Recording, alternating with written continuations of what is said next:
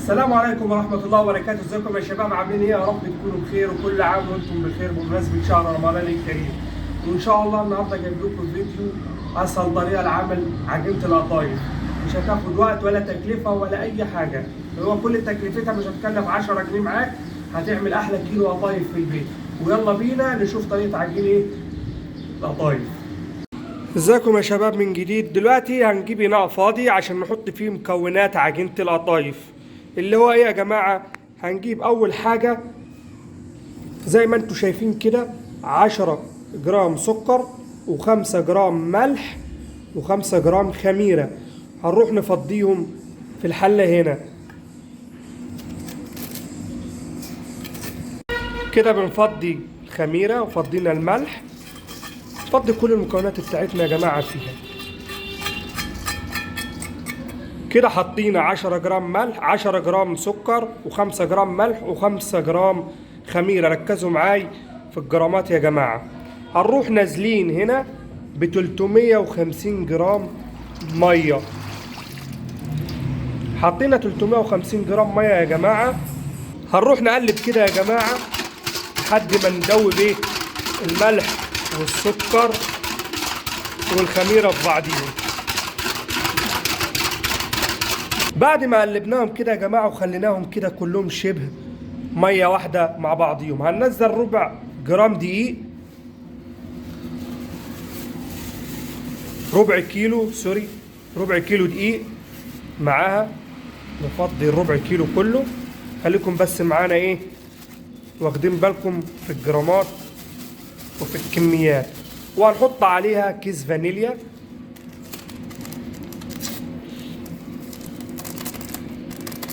ونبتدي يا جماعة بعد ما حطينا ده نبتدي تأليف فيهم زي ما شفتونا من شوية. نقلب فيهم يا جماعة كلهم مرة واحدة كده لحد ما نخليهم مية واحدة.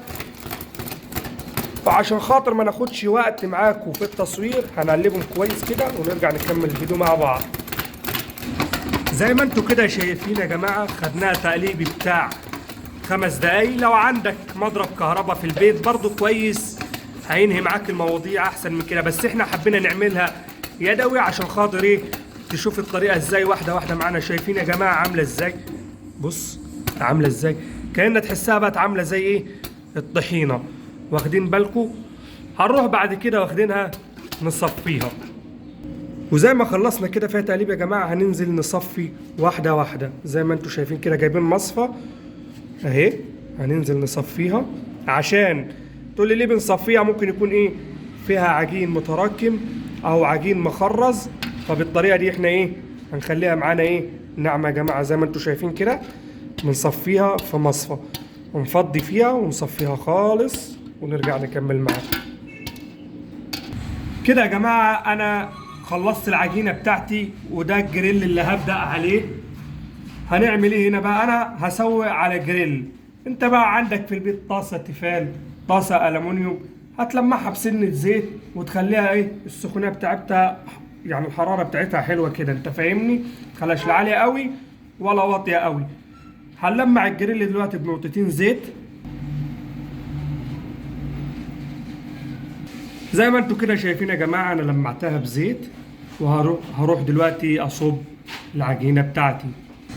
زي ما انتوا كده شايفين يا جماعة هروح ايه جايب العجينة بتاعتي اهو زي ما انتوا شايفين، واروح صابب.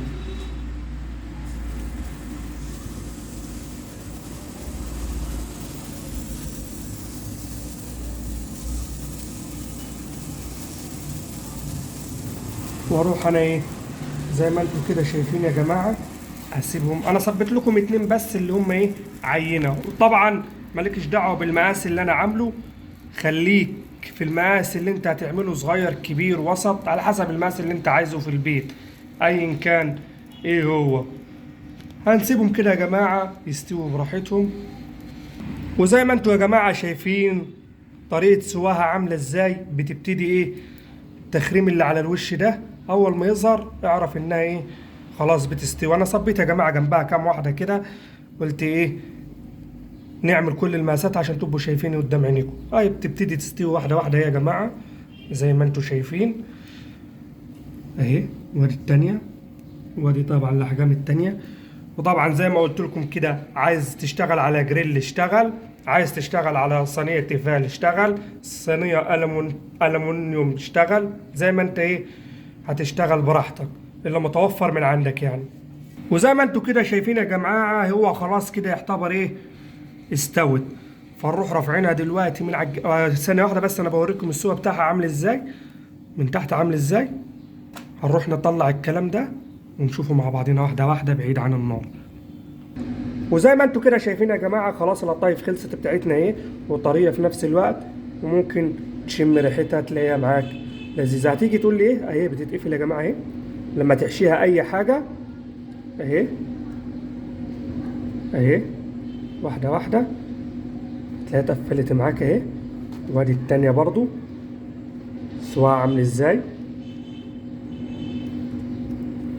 اهي، بتتقفل معاك وما بتتفتحش ولا اي حاجة. بص اهي، فحاجة يعني بالهنا والشفا زي ما انتوا شايفين كده. وطبعا دول اهم زي ما انتوا شايفين، انا صبيت كام واحدة من اللي انا عملته، ما صبيتش العجين كله عشان خاطر اوريكم الحاجة زي تتعمل ازاي وبتستوي ازاي. وزي ما كده شفتوا يا جماعة طريقة عجين القطايف ما كملتش معانا نص ساعة. اولا المقادير زي ما احنا قلنا 350 جرام ميه، ربع كيلو دقيق، 10 جرام سكر، 5 جرام ملح، 5 جرام خميره، وكيس فانيليا. زي ما انتوا كده شفتوا يا جماعه طريقتها تشغيلها سهله، ما خدتش معانا وقت. وانا صفيتها عشان كانت مخرزه معايا شويه. لو مش مخرزه معاك تشتغل معاها ايه على طول من غير ما تصفيها، مش شرط انك انت تصفيها، اذا خرزت معاك صفيها، ما خرزتش خلاص شغال زي ما انت. دي الحاجه الثانيه. الحاجه الاولى اللي هي ايه في بدايه الكلام، ان احنا بنقول الدقيق. الدقيق لازم يكون يا جماعه على حسب الدقيق، يعني الدقيق ما يكونش فيه عرق جديد، انت فاهمني؟ ما يكونش عرق جديد. دي الحاجه الاولى. الحاجه الثانيه المقادير اللي انا قلت لكم عليها، زي ما كده انتوا شايفين هتمشي معانا وقت. وعايز تشتغلها على طاسه تيفال اشتغل، عايز تشتغل على طاسه الومنيوم اشتغل. الموجود عندك في البيت، انا اشتغلت على جريل عشان انا عندي جريل، وهي اساسا بتشتغل على جريل في المحلات، فانا اشتغلت على جريل عشان الجريل متوفر معايا. انت ما عندكش جريل اشتغل على طاسه تيفال بس لمعها ايه شويه زيت خفاف. وزي ما انت كده انا وضحت لكم كل حاجه ووصلت لكم المعلومه كده ايه، يعني اسهل من السهل. اي حد هيعرف يشتغل الكلام من ده، مفيش هتبقى فيه عقبه قدامه في اي حاجه من الكلام ده خالص. واتمنى ده يكون الفيديو عجبكم وفهمتوني وقدرت اوصلكم المعلومه زي ما بوصلها لكم كل مره. وكل عام وانتم بخير، والسلام عليكم ورحمه الله وبركاته.